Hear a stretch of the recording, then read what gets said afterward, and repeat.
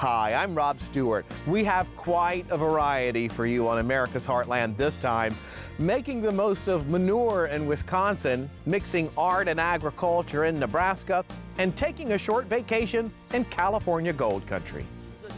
Call it a great escape to the country. Farmstay vacations give city folks the chance to experience life in rural America and better understand what it takes to bring food from farm to table. Sharon Propus is having some fun with fungi in our Farm to Fork segment. Sharon serving up some flavorful pasta with mushrooms. We'll see how some artists are honing their skills with a unique art program in rural Nebraska. And our Sarah Gardner introduces you to a Wisconsin dairy farming family, turning waste from their cows into electricity for the farm. It's all coming up on America's Heartland. America's Heartland is made possible by America never stops. Neither do the farmers and ranchers who call her home. And as rural America grows further, farm credit will be there, just as we have for 100 years.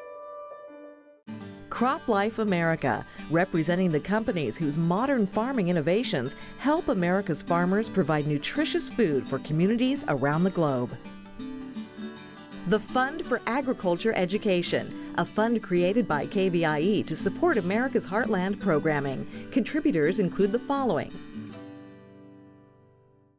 You can see it in the eyes of every woman and man in America's heartland, living close to the land. There's a love for the country and a pride in the brand. In America's heartland, living close to the land.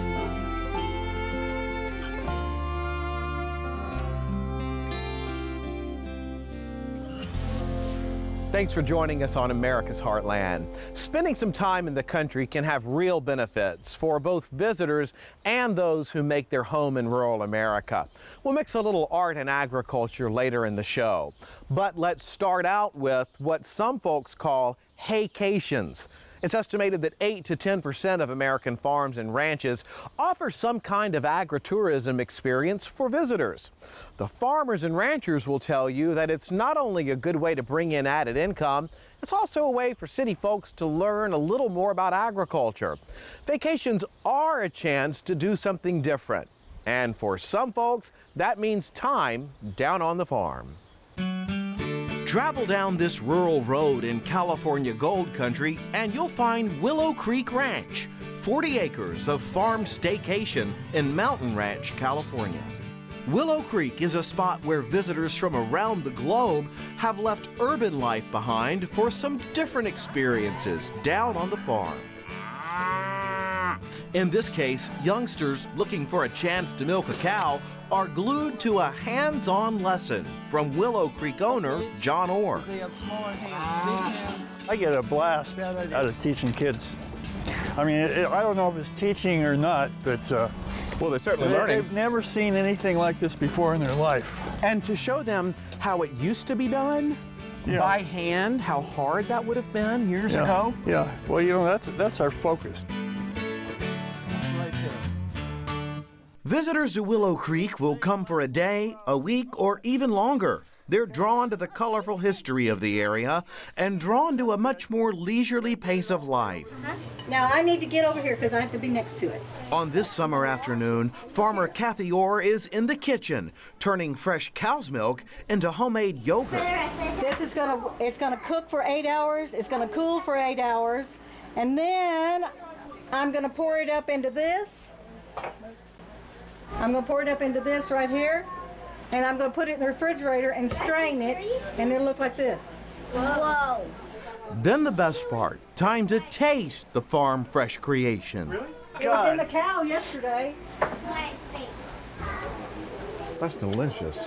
So that's what I do, and then I just, because I have so much weight. That is so fresh.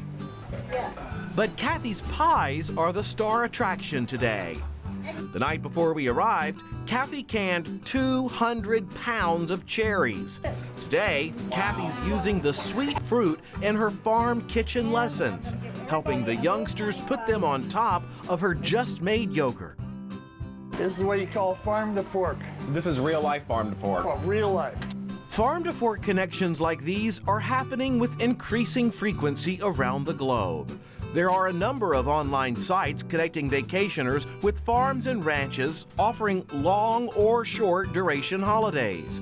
Visitors say the vacations allow them to connect with rural America and have a better understanding of where their food is coming from. I think it's an antidote to all of the big pressure that we're under all the time now to be productive. And this is not your regular experience. It's not your regular vacation. And I have to do what's called the chicken elevator. It's memories. You know, really, you could do a lot of different things. You could spend money in a lot of different ways, but you can't really often guarantee memories for the family, you know what I mean? So that's why I wanted to do it.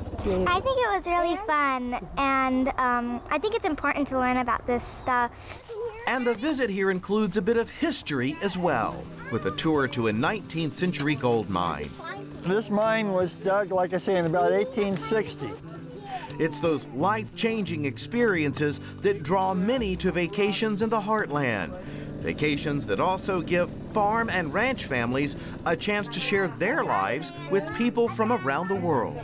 I'm meeting people from Belgium, I'm meeting people from South Africa, I'm meeting people from India, I'm meeting people from China, and I'm getting all this culture, and it's just blowing my head all to smithereens because it's just so neat. It's like going there.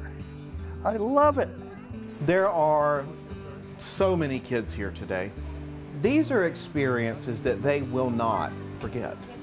And you helped make that. That's important. I enjoyed going to my grandmother's farm because she had a farm and a cow and milked the cow. I wasn't involved in it much, but I enjoyed, and even now, we're trying to recreate what she had in the 40s. I want people to come here and feel like they went to Grandma's. Willow Creek Ranch sits in the heart of California gold country, but California wasn't the first state to have a gold rush. Some 50 years earlier, a 17-pound gold nugget discovered in North Carolina kicked off a gold rush in that state. For more than 30 years, gold coins issued by the U.S. Mint were produced from North Carolina gold. There is no doubt that questions about farming and the environment have had a higher profile in recent years. We've brought you any number of stories on farmers and ranchers addressing things like water quality, air pollution, or the use of pesticides. And if you're running a dairy farm, there is the ever-present question of all of that manure. Well, our Sarah Gardner met one farm family in Wisconsin with a powerful solution. The power used to make cheese is more than just a drop in the bucket on a dairy farm. We have a very big electric bill here at the cheese factory and the farm, pumping water, so we use a lot of energy on the farm and the cheese factory. When electricity bills began running more than $6,000 a month, Crave Brothers Dairy decided to take their cattle waste and convert it to green energy. The cows produce the manure. That manure, fermented through the use of enzymes, releases methane gas, which in turn fuels engines that generate electricity. Green energy is produced here. We offset our electric needs for both our farm, our cheese factory, and in addition would supply enough for about 300 area homes. The waste-to-energy process takes place in a large machine called a digester that sits on the Crave Brothers property. The Craves invested about $4 million in the project, a partnership with Clear Horizons, a Wisconsin company that specializes in green technology. But electricity isn't the only product the digester provides. It also separates the liquids from the remaining solids in the manure, creating a highly nutritious fertilizer. The sustainable process allows the Crave Brothers to focus on a product that Wisconsin is well known for, making cheese from pasteurized milk. It goes into those big vats that hold 25,000 pounds of milk per vat. It's heated up in those vats to about 105 degrees, where we add the rennet that coagulates the milk, turns it into a large mass of almost like yogurt, and then it's cut into the cubes of curds and whey.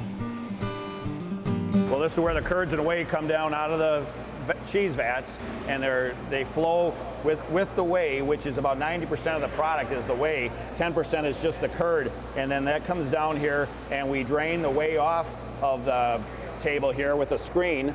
You see the screen, that's a big drain, and then the curd is left over, and then from here we load the curd into the mozzarella cooker that melts it to about 120 degrees where it's very pliable, and then we can mold it into the different sizes and shapes of mozzarella that we have the orders for. How many different types of products do you make? We make 4 main cheeses. We make fresh mozzarella, mascarpone cream cheese, part skim mozzarella or queso Oaxaca, and then our Farmstead signature cheese, Le Filet Fromage, or French for the brothers' cheese. The family's products have won a number of awards, something the brothers hope will inspire the next generation to take over the family business. That's our goal, is that have any one of the children, herdsman, crop manager, veterinarian, business person, cheese operator, marketing. There's a lot of opportunity here that we've created in this family business. And a chance to benefit the environment, one ball of mozzarella at a time. It hasn't been any big master plan over 20 years. It's always what's next? What are we going to try to do in the next 2 or 3 years? What do we need to do next week? And that's how we approach our business.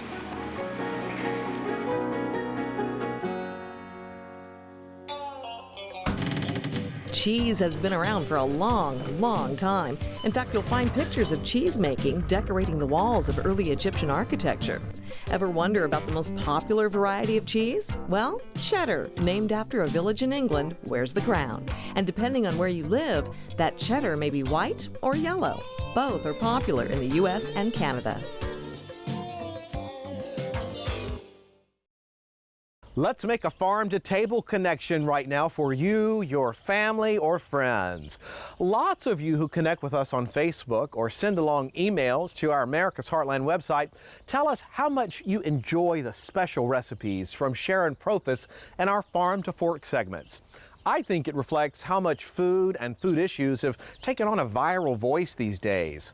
Well, Sharon's back in the kitchen, this time with flavorful mushroom pasta.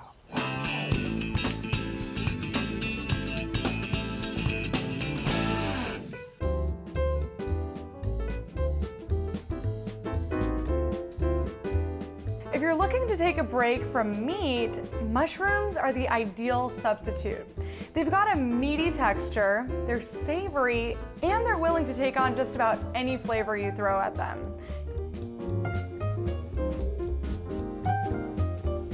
So what I've got here for our wild mushroom pasta are 3 different types of mushrooms. So cremini, which I'm chopping right now, and you'll see I'm not removing the stems, because cremini mushrooms actually don't have very woody stems, so you can actually eat them. I'm also using oyster mushrooms, which have a more delicate flavor, and porcini mushrooms. With these porcini mushrooms, I had to reconstitute them because they were dry. And to do that, I put them in a bowl of hot water and let them sit there for about 20 minutes. Then I actually reserved that water, and you'll see why in just a few minutes. But first, we need to prepare the rest of our components. So leeks, which have a nice, delicate flavor that goes really well with mushrooms. And of course, garlic. Mushrooms and garlic are a great combination. So our prep is done, and now it's time to head to the stove. So the first thing we want to do is saute the mushrooms. Now to the olive oil, I'm going to add some butter, just so that I can get the high cooking temperature from the olive oil, but that flavor of the butter. The first mushrooms I'm going to add are the cremini mushrooms, because they're a little meatier and they'll require a little bit more cooking time. So the creminis have browned a bit, and now we'll add our oysters and porcinis. Now we'll remove these. They've reduced a ton. Put them in a bowl, and now it's time to prep our leeks and garlic. So I'll lower the heat a bit, add some more olive oil, throw in those leeks. And I can hear my water is boiling for our pasta. So I'm going to add pappardelle pasta, which is a wider pasta. And I like to go with a wider pasta like pappardelle or fettuccine because it allows the mushrooms to shine, and boil them until they're al dente, not completely soft, because we're going to finish cooking them here in this pan with the mushrooms and the leeks. Our leeks look good. They're picking up some of that flavor from the mushrooms we sauteed in there. Hit it with a little salt. Now let's get these mushrooms back in. And now we have to spice this dish. I mentioned that there was a reason why I saved that porcini mushroom liquid. First, I'm going to add a little flour because it's time to build our sauce. So once the flour has coated these ingredients, it's time to add that liquid from the reconstituted porcini. So I've got half of that plus chicken stock. And once that simmers, it'll thicken because of the flour that we added. So our sauce is thickened. It's kind of like a gravy now. And now it's time to add the pasta. And we brought in some of that pasta water to further enhance this sauce. We're adding 2 types of cheese. We've got fontina, which is a great melting cheese, and Parmesan cheese. Our wild mushroom pasta looks good, and now it's time to plate it. I could eat this right this second, but I do want to add a few finishing touches to it. But before I do that, let's talk about portobello mushrooms. These are some of the biggest mushrooms you'll find in grocery stores. First, I'm going to put some slits in these. And by adding these slits, they're going to soak up a little bit more of the marinade we're going to make. Now we'll take each portobello and coat it in this mixture. And we'll let them sit for about 10-15 minutes so that they can really absorb that flavor. Remember, mushrooms will take just about any flavor you give them, and this is going to be delicious. Our portobellos have soaked up all of those delicious spices and that olive oil, and now it's time to grill them on our cast iron. So if you have a barbecue or a grill at home, these go great on that too. But if you're trying to make dinner in a pinch and all you've got is a stovetop, this will work. So we'll add a little bit of olive oil, and then we'll add our portobellos straight to the pan. We'll give them about 4 to 5 minutes on each side, flip them halfway through, and they'll be good to go. Nice and dark brown. You can see they shrunk a little bit, but not quite as much as the smaller varieties do.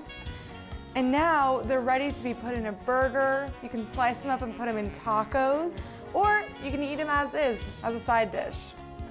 Now, I mentioned we had one final finishing touch for the pasta.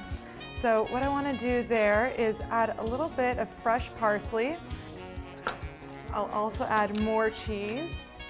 And for a garnish, a little sprig of thyme. We've cooked with 4 types of mushrooms today: oyster, porcini, cremini, and of course, the king of the mushrooms, portobello. And with so many varieties to choose from, mushrooms make for a great meatless meal.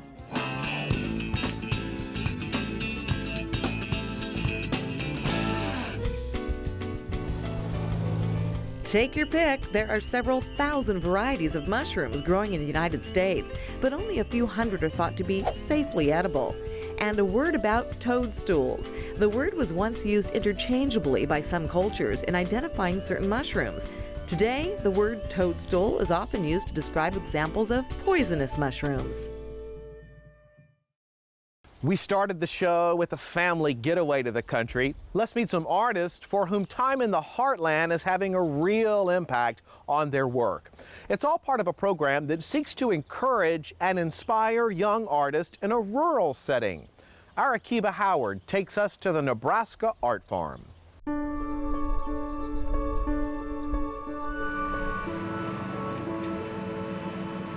There are images and sounds we usually associate with life in the Heartland.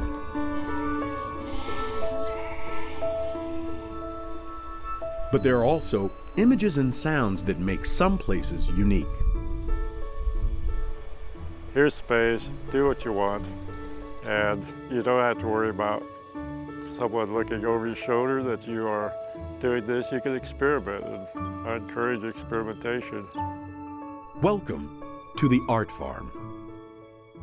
Created in 1993, this artistic enclave sits on half of Ed Dady's farm a couple hours west of Omaha. Ed's nephew works the production side of this land, growing corn and soybeans. And while that farm work goes on, visiting artists spend their time appreciating the rhythms of rural life. That's sort of typical of the way artists work around here. It's like long periods of thought, you know, trying to go through the process. So it's a reason why I sort of like recommend they come for 2 months, because it takes 1 month to get through all the other stuff, then they work. On this late spring morning, a poet and 2 painters have immersed themselves in the farm's creative atmosphere. On the website, Art Farm seemed like kind of strange and adventurous, like not like your average residency. 29-year-old Rebecca Johnson is an impressionist artist from Asheville, North Carolina. The Art Farm gives her a window on a world that's different from her usual environment. There's something just strange and amazing about walking down a dirt road and just being able to see for miles and knowing that like you can walk and walk all day and you'll be on that same dirt road and it'll still pretty much look the same. 24-year-old Amy DePlacido traveled 1,600 miles from Middleton, Massachusetts. She found the pace of the farm fueled her passion for linear art. I think it really slows you down here. I think that's really important to learn too, especially coming from the city and just knowing like, you know, that hustle and bustle, like it doesn't really matter. The geography also inspired her artwork of straight lines. And seeing those lines of cornfields and soybean, and you can see right down and everything's placed in a grid. So I'm very inspired by these man-made, like geographical lines on the landscape. Sycamore, lone mare under the arced limb. Here, a list of yellow things. For poet Meredith Clark of Seattle, the Art Farm offered a new look at her view of writing. I think it's been actually a real life-changing experience in a lot of ways. Learning an awful lot about the way that I work. You know, I think a lot of people make the mistake sometimes of coming to a residency and assuming that they're going to churn something out. She also had to learn the process of printing her poetry, the old-fashioned way. This has probably taken me about an hour and a half or 2 hours, and it's just 6 lines of type. The Art Farm has welcomed artists from 10 different countries. Space is limited to fewer than 24 residencies a year, and in exchange for room and board, the artisans help work the farm. A current project is restoring old barns which see duty as studios and living quarters. On this day, an old bathtub became a spa of sorts. It gets hot here during the day, so we're going to fill it up when we need to cool off. Jump in the tub, go back to our studio and work. We're already doing that with the hose occasionally, but this will be better. The landscape has become a repository of artwork completed by previous residents. Carol and Bernard Smith say they make the pilgrimage from Indiana on a regular basis to see what's new. I remember when Ed first started this, it was like, how is he going to get people to come here? But it just never stops. I mean, it just seems like every year he's got more and more and more, and it's wonderful. Perhaps it's the liberation of open space. Perhaps it's the serenity to be found here. Ed and the artist will tell you, it's inspiration without encumbrance. It's the experience that you can try something, you can experiment, not worry about failing.